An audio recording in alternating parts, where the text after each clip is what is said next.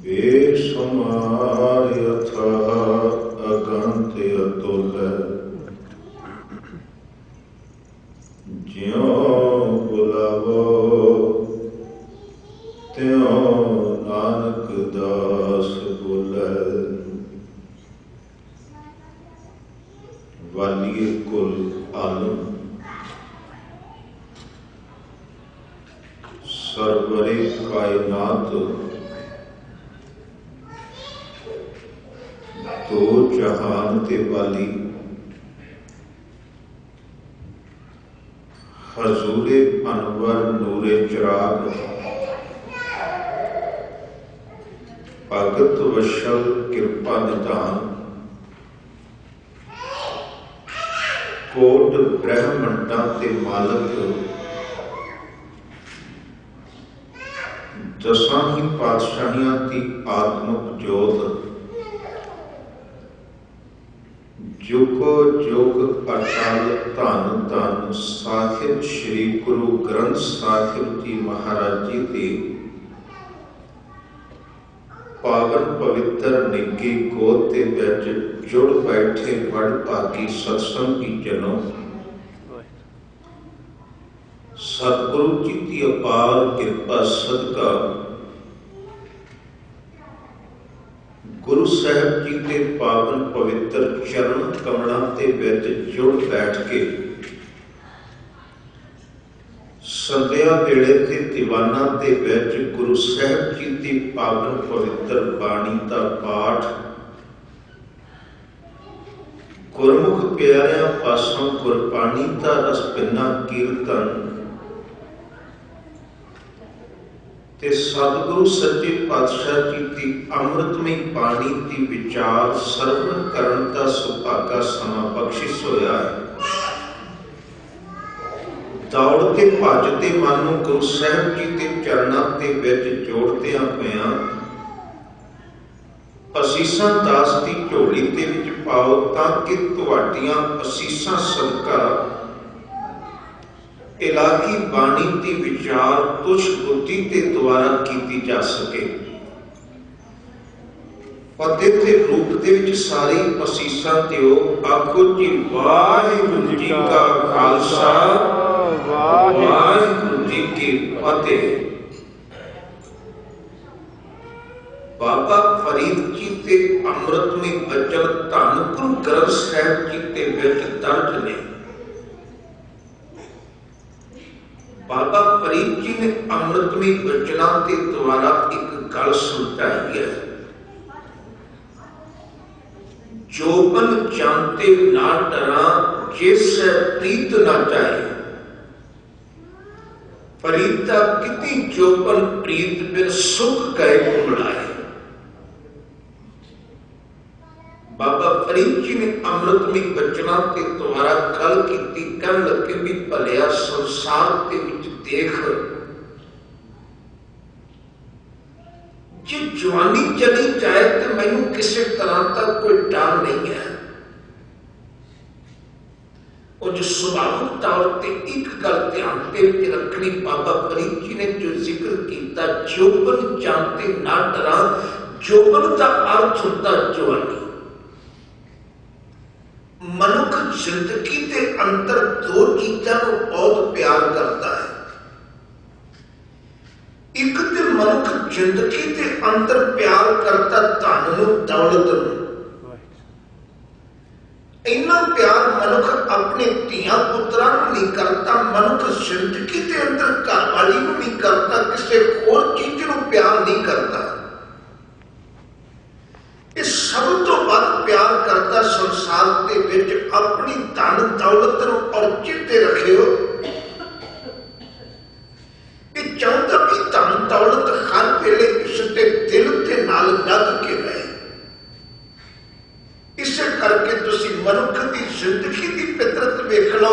इसने जदों भी दौलत नूं संभालण वास्ते अपनी कमीज के विच अपनी शर्ट के विच जेब लाइए दिल वाले पासे लाइए ताकि दिल तो कदे भी दौलत दूर ना होवे। तुसी वेखते हो पहली गल ते मनुख चाहता भी दौलत जिंदगी के विचों कदे कदे भी खत्म ना हो, दूर ना जाए। दूजी गल, मनुख दौलत तो बाद ध्यान दिता अपनी जवानी दे वाल।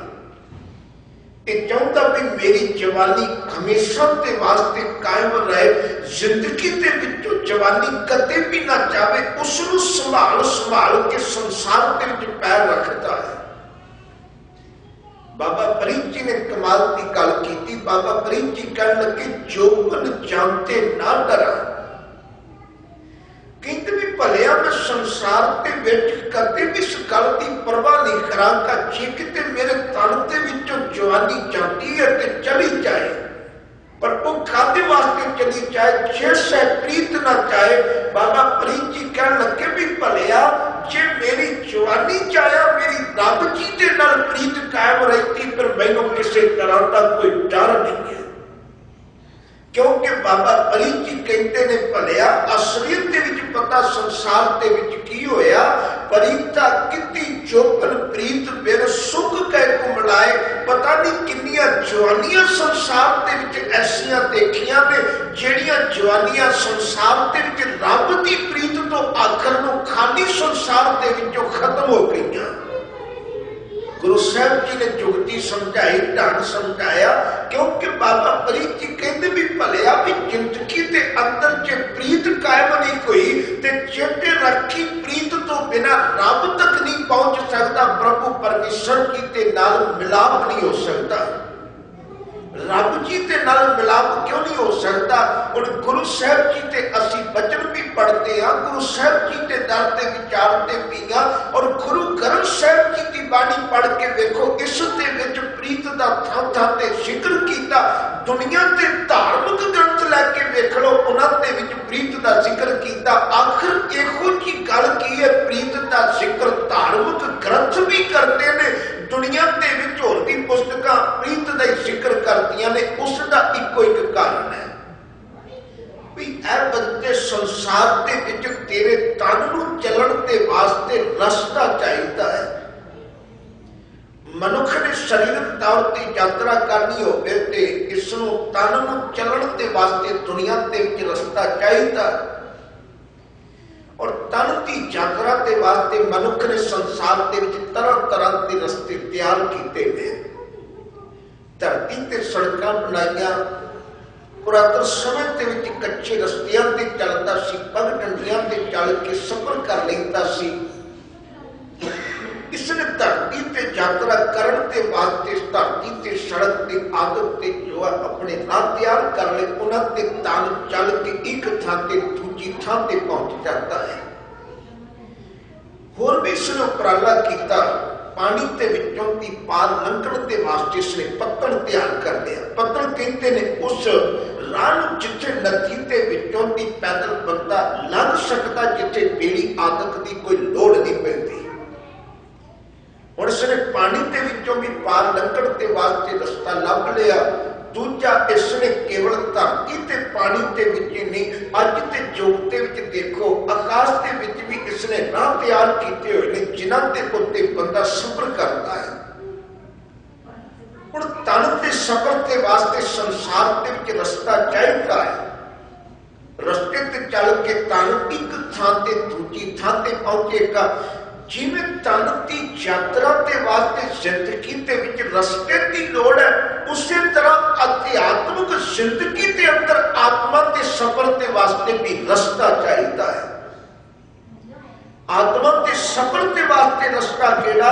आत्मा के सफर के वास्ते इको एक प्रेम का रस्ता ऐसा है, जिस प्रेम के रस्ते के उत्ते चल के आत्मा परमात्मा के घर तक पहुंच सकती है।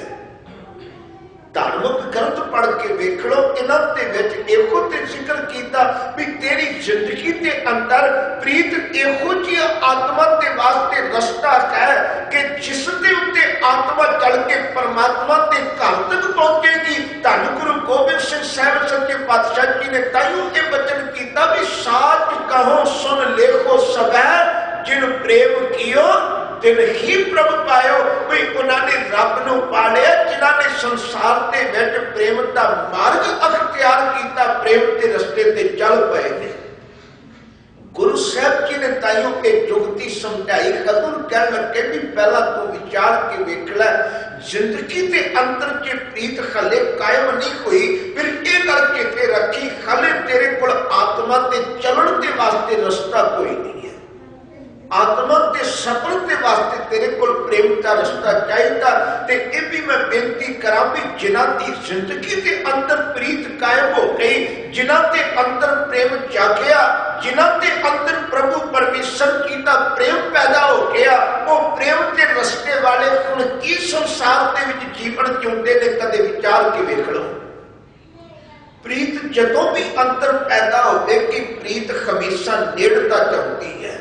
एक गल ध्यान दे विच रखनी, तुसी देख लो कि जिस दे अंदर भी प्रीत जागेगी, प्रीतवान संसार के विच होर कुछ नहीं मंगता।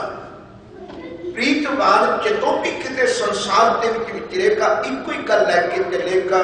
तुसी दुनिया के विच वेखो भी भगती करन वाला कई बार संसार के विच होर किसी तरह की मंग रख सकता, होर किसी तरह की ख्वाहिश उसके अंदर हो सकती है।